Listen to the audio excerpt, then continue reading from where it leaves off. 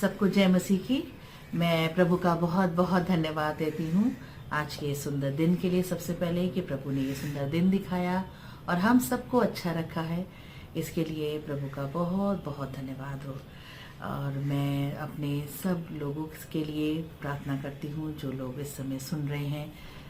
मैं चाहती हूँ कि प्रभु का ये वचन आप तक पहुँचने पाए, आपके दिलों में घर करने पाए, क्योंकि आज का जो हमारा विषय है वो विषय हमें वो ताकत देता है जो हमारे जीवन के लिए बहुत ज़रूरी है। आज का हमारा विषय है यीशु ही जीवन की रोटी है।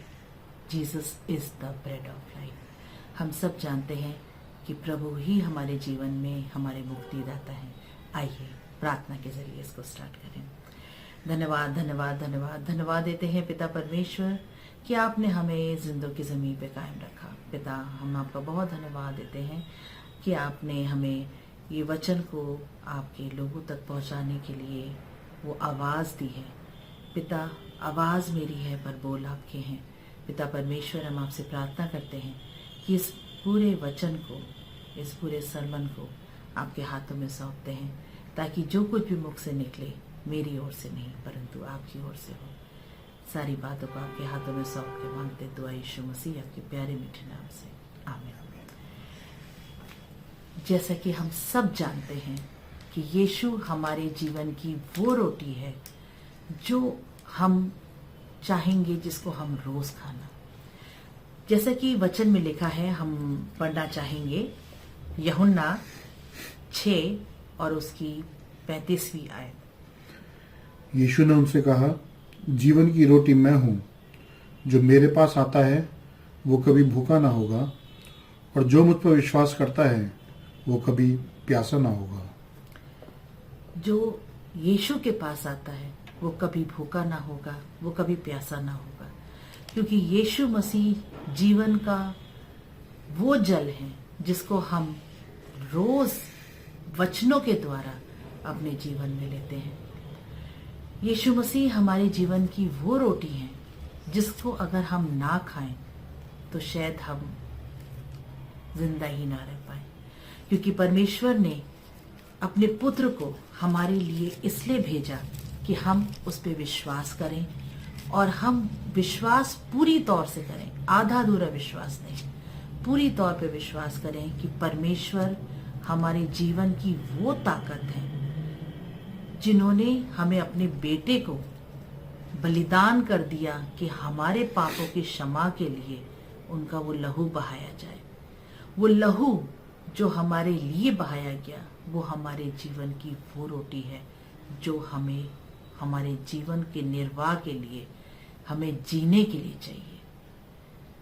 प्रियो, मैं आज आपसे एक बात कहना चाहती हूँ कि परमेश्वर ने हमें ये सिखाया कि हम उस वचन को जो हमारे घरों में हमें दिया गया है बाइबल के रूप में, उसको रोज पढ़ें, रोज उन वचनों पे चलें, उसको अपना आधार बनाएं, क्योंकि जब हमारे जीवन का आधार वचन होगा तो ना हम कभी भूखे होंगे और ना हम कभी प्यासे होंगे।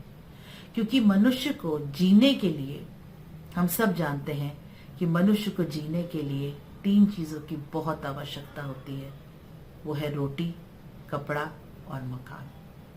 और इस रोटी, कपड़ा और मकान के लिए हम जीवन भर मेहनत करते हैं। इतनी मेहनत करते हैं कि हम ये भूल जाते हैं कि ये जो जीवन है ये तभी हमारे लिए कामयाब होगा जब इसमें जो रोटी है, जो खाना है, वो परमेश्वर का वचन होगा। जो कपड़ा है वो परमेश्वर का वचन होगा, जिसको हम पहनकर, ओढ़कर इस दुनिया में चला करेंगे। मकान, जिसके लिए हम लोन लेते हैं, जिसके लिए हम बहुत जद्दोजहद करते हैं, पूरे जीवन निकाल देते हैं कि बस एक घर बन जाए, एक घर बन जाए, लेकिन परमेश्वर ने, पिता ने, हमारे प्यारे प्रभु यीशु मसीह ने हमसे कहा है कि मैं जाता हूं और तुम्हारे लिए एक जगह तैयार करता हूं। वो जगह जो है वो परमेश्वर पिता ने यीशु मसीह के द्वारा हमारे जीवन में जगह बनाने के लिए तैयारी शुरू कर दी है। हमारे लिए वो घर तैयार हो रहा है, लेकिन क्या हम उस घर में जाना पसंद करेंगे जिस घर में तकलीफें होंगी, परेशानियां होंगी? मैं ये नहीं कहती कि घर बनाना गलत चीज है। हर इंसान अपने लिए एक शहर बना, एक घर, एक छत रखता है, लेकिन क्या हमने कभी ये सोचा है कि अगर हमारा ये घर परमेश्वर का वो मंदिर हो जो प्रभु कहते हैं कि तुम्हारा हृदय जो है वो परमेश्वर का मंदिर है। अगर हम यीशु मसीह को अगर हम अपने दिल में रखते हैं, अगर हम उनके वचनों को रोज पढ़ते हैं, उनके वचनों पे चलते हैं ईमानदारी से, सिर्फ फर्जिया तौर पे नहीं, ईमानदारी से चलते हैं, तो आप ये सोचिए कि वो जो ताकत जो हम खाना खा के रोटी से लेते हैं, वो उसकी कहीं गुना ताकत हमें परमेश्वर के वचन से मिलती है। आइए हम एक और वर्ष निकालेंगे, मत्ती की इंजील उसका 4 अध्याय उसकी 4 आयत। यीशु ने उत्तर दिया, लिखा है, मनुष्य केवल रोटी ही से नहीं परंतु हर एक वचन से जो परमेश्वर के मुख से निकलता है जीवित रहेगा। बिल्कुल, क्योंकि परमेश्वर चाहते थे कि हमें ये चीजें सिखाई जाएं, और यीशु मसीह ने हमें ये बताया अपने वचन के द्वारा, अपने बोल के द्वारा। क्योंकि यीशु मसीह ने हमें जब ये बताया कि मनुष्य केवल रोटी से ही नहीं जीवित रहता, बल्कि उस वचन से जीवित रहता है जो परमेश्वर के मुख से निकलता है। परमेश्वर के मुख से वचन कब निकलता है? जब हम उस वचन को उठाते हैं, जब उस वचन को हम अपने हाथों में लेते हैं और हम उसे पढ़ते हैं, तो वो वचन हमसे सिर्फ हम पढ़ते नहीं हैं, हम उससे बातें करते हैं। परमेश्वर का वचन हमसे बात करता है। जब हम सच्चे दिल से ये चाहते हैं कि परमेश्वर हमसे बात करें, तो परमेश्वर हमसे बात करते हैं वचन के द्वारा। आपने महसूस किया होगा, कभी कभी हम कुछ सोच रहे होते हैं और अचानक से वचन उसी टॉपिक पे निकल आता है, उसी आधार पे निकल आता है। हमें लगता है अरे ये तो हम यही सोच रहे थे और यही तो हमारे लिए हो गया, यही हम परमेश्वर हमसे बताना चाहते हैं। तो इसी तरीके से कि मनुष्य केवल रोटी से ही नहीं परंतु परमेश्वर के उस वचन से मनुष्य जिंदा रहता है जो हम रोज पढ़ते हैं। देखिए, तंदुरुस्ती बनाने के लिए लोग जिम जाते हैं, लोग एक्सरसाइजेस करते हैं, बुरा नहीं है, करना चाहिए। सेहत बनाने के लिए बहुत सारी चीजें लोग करते हैं, लेकिन क्या हम अपनी सेहत को बनाने के लिए जो ये सारे काम कर रहे हैं, क्या हम अपनी आत्मा को तंदुरुस्त कर रहे हैं? क्या हम अपनी आत्मा को वो ताकत दे रहे हैं जो यीशु मसीह चाहते हैं कि हमारा जब अंदर से हमारी आत्मा शुद्ध होगी तो हमारा शरीर शुद्ध होगा। आत्मा शुद्ध होगी परमेश्वर के उस वचन से, उस रोटी से। जब हम वो अपने जीवन में लेंगे तो हम तंदुरुस्त नहीं, हष्ट पुष्ट हो जाएंगे। हमारा दिल हमेशा खुश रहेगा, हम हमेशा आनंदित रहेंगे, क्योंकि रोटी से हमें ताकत तो मिलती है, हम रोज खाना खाते हैं। लेकिन कई बार ये होता है कि फास्टिंग के टाइम पे हमें लगता है कि अरे हम रोटी तो नहीं खाएंगे, हमारा फास्ट है, हम फास्ट रख रहे हैं। लेकिन आप महसूस करके देखिएगा, ये एक्सपीरियंस करिएगा, जिस दिन आप फास्ट रखेंगे उस दिन आपको दुगनी ताकत मिलेगी, दुगनी आप एनर्जेटिक फील करेंगे, दुगना।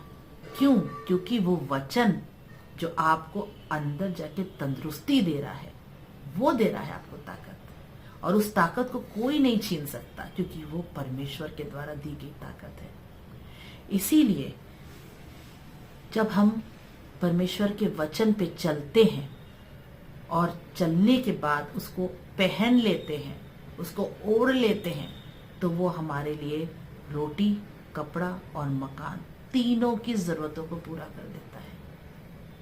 इन तीनों जरूरतों को पूरा करने के बाद हमें ये पता चलता है कि हमारे पास परमेश्वर की वो ताकत है जो सिर्फ रोटी से ही नहीं बल्कि उस वचन से मिलती है।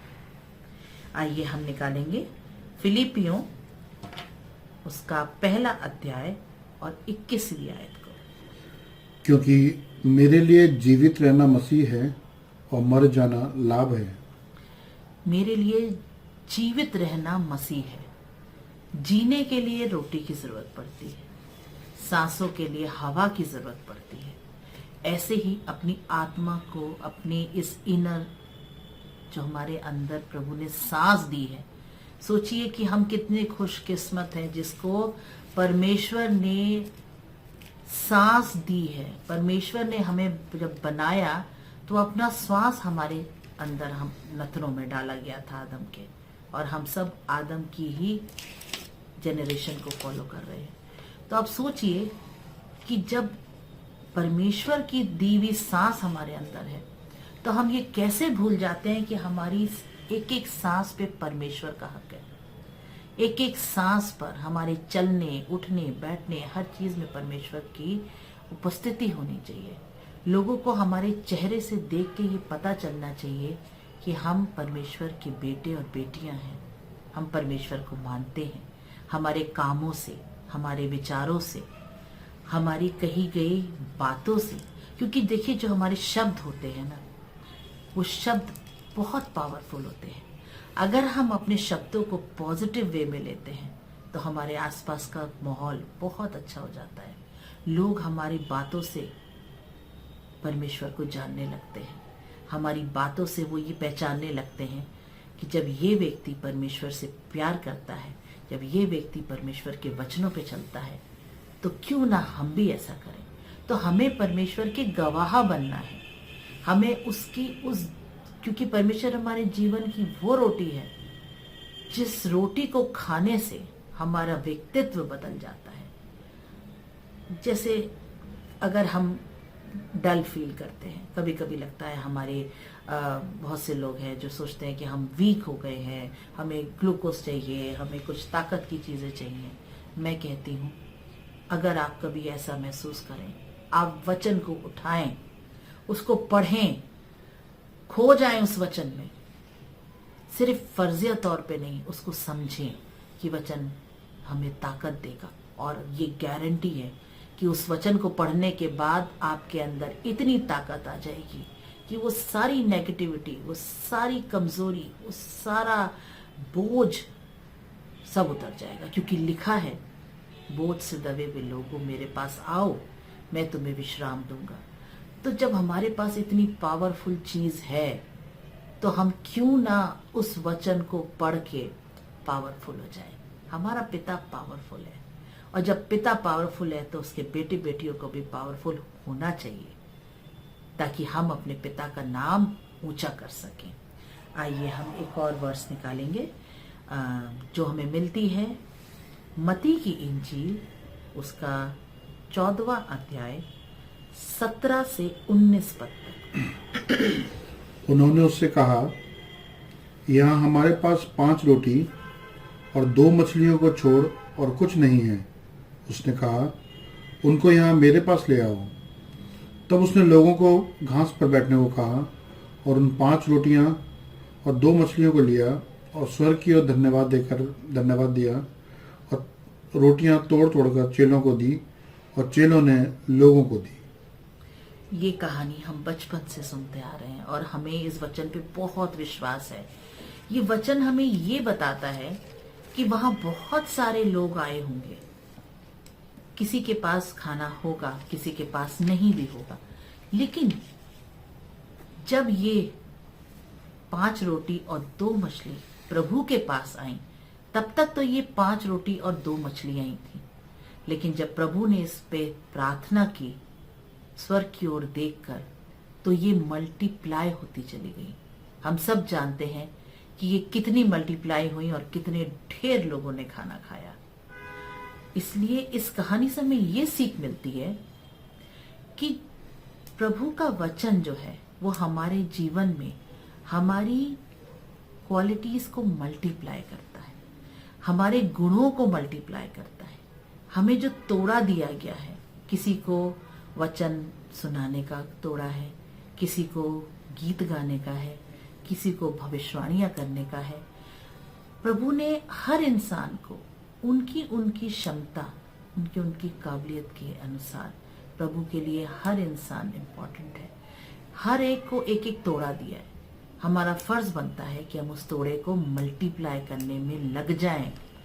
प्रभु के उस वचन को बढ़ाने में, लोगों तक फैलाने में हमें मल्टीप्लाई करने के लिए प्रभु से मांगना है। हमें अपने घुटनों पे आके ये प्रार्थना करनी है कि पिता, आपने हमें जो दिया है वो 5 रोटी 2 मछली का एग्जाम्पल, और उसके द्वारा जो आपने हमें दिया है कि हम किसी तरीके से उन चीजों को बढ़ाएं, घटाएं नहीं। देखिए, जब हम वचन को नहीं पढ़ते हैं तो वो चीजें कभी कभी हमारे जीवन में घटने लगती हैं। हमें लगने लगता है हमारी आशीषें कम हो रही हैं, हम अच्छा नहीं हम जीवन बिता पा रहे हैं। जीवन प्रभु का दिया हुआ है। इस जीवन को संभालने की क्षमता भी प्रभु के हाथ में है। आप अपने जीवन को प्रभु पे सौंप दीजिए। आप दे दीजिए प्रभु को, प्रभु मैं आपके हाथों में हूं। आपको मुझे मल्टीप्लाई करना है, बढ़ाना है, ताकि आप जब मुझे बढ़ाएंगे तो मैं आपके लिए इस जीवन को बिताने पाऊं। ये जीवन मेरा नहीं है, ये जीवन प्रभु का है। इस जीवन की सांसें प्रभु की हैं। आज एक पल के लिए हमारी सांस बंद हो जाए, क्या हम उस सांस को दोबारा ला सकते हैं? नहीं ला सकते। कोई ऑक्सीजन मास्क हमारी सांस को दोबारा नहीं ला सकता। हम थोड़ी देर के लिए सरवाइव हो सकते हैं, लेकिन जीवन देने वाला वो परमेश्वर है जिसने हमें जीवन की वो रोटी दी है, और हमारे जीवन की रोटी हमारे प्रभु यीशु मसीह है। हम जब पाकशा लेते हैं, ये बहुत पाक और पवित्र विषय है, इस पे हम कभी और चर्चा करेंगे, लेकिन मैं सिर्फ इतना कहना चाहूंगी, जब हम पाकशा लेते हैं, होली कम्युनियन लेते हैं, प्रभु भोज लेते हैं, उस दिन, उस समय हमें अपने आप को ये कहना चाहिए, प्रभु हर चीज के लिए धन्यवाद, बस हमारे जीवन से आपकी महिमा होनी चाहिए। हमारी बहुत बड़ी लिस्ट होती है, लेकिन हमें उस लिस्ट को कम करना है। हमें बस प्रभु से ये कहना है, प्रभु मेरा जीवन आपके हाथों में है और आपको ही इसको चलाना है। आइए हम आखिरी में एक और वर्ष को बोलना चाहूंगी जो हमें मिलती है 2 कुरिन्थियों उसका 9वां अध्याय और 10वीं आयत में। अतः जो बोने वाले को बीज और भोजन के लिए रोटी देता है, वो तुम्हें बीज देगा और उसे फलवंत करेगा और तुम्हारे धर्म के फलों को बढ़ाएगा। जो बीज देता है वो उसे उगाता भी है। हम सब जानते हैं कि किसान किस तरीके से बीज को बोता है और किस तरीके से फसल उगती है। इसी तरीके से परमेश्वर का वचन वो बीज है। वो बीज जब हमारे जीवन में बोया जाता है तो उस बीज को फलवंत करते हैं हमारे परमेश्वर। कुछ जिम्मेदारी हमारी भी है, क्योंकि जब बीज बोया जाता है तो उसको हर चीज की जरूरत पड़ती है, पानी की जरूरत पड़ती है, खाद की जरूरत पड़ती है, तब वो फलवंत होता है, अंकुरित होता है और लोगों तक पहुंचता है। ऐसे ही जो परमेश्वर का वचन है वो बीज है, और उस बीज को बोने के लिए जब हम वचन को पढ़ते हैं तो वो हमारे दिलों में बोया जाता है। और लिखा है कि तू वचन को अपनी हृदय रूपी पट्टियों पे लिख ले। हृदय में तो हम तभी लिखेंगे जब बीज बोया जाएगा। अब परमेश्वर का बीज जब हमारे जीवन में बो दिया गया तो आप सोचिए कि वो फलवंत होता है। वो 60 गुना 100 गुना फल लाता है, और इतना फलवंत होता है कि फलवंत उसकी जो शाखाएं हैं वो आपके परिवार में दिखाई देती हैं, आपके बच्चों में दिखाई देती हैं, आपकी फैमिली में वो नजर आता है कि ये परिवार फाइनेंशियली नहीं, स्पिरिचुअली फलवंत है। इसलिए मैं आप सबसे ये बहुत बहुत गुजारिश करना चाहूंगी कि आप वचन को उस प्रकार से पढ़ें कि प्रभु का वचन आपके जीवन में बीज बोने वाला बने। क्योंकि हमने वो बचपन में सीखा है बीज बोने वाले की कहानी, कि वो कहाँ कहाँ गिरा और कैसे कैसे वो दबा दिया गया, कैसे कैसे वो फलवंत हुआ। तो आप अपने बीज को भी बढ़ाएं, उसको नरिश करें, रोज वचन को पढ़ें, ताकि आपके चेहरे पे वो नूर नजर आए कि आप प्रभु के बेटे और बेटियां हैं। हमारा परमेश्वर हम बहुत खूबसूरत है। जो उन पे विश्वास करते हैं उनके लिए वो जीवन का सोता है। तो इसलिए अपने घरों में अपने बच्चों को, अपने परिवारों को परमेश्वर की नज़दीकी में लाए, ताकि आने वाले समय में हम प्रभु के गवाह ठहरे। आइए हम छोटी सी प्रार्थना करते हैं। धन्यवाद धन्यवाद धन्यवाद देते हैं पिता परमेश्वर।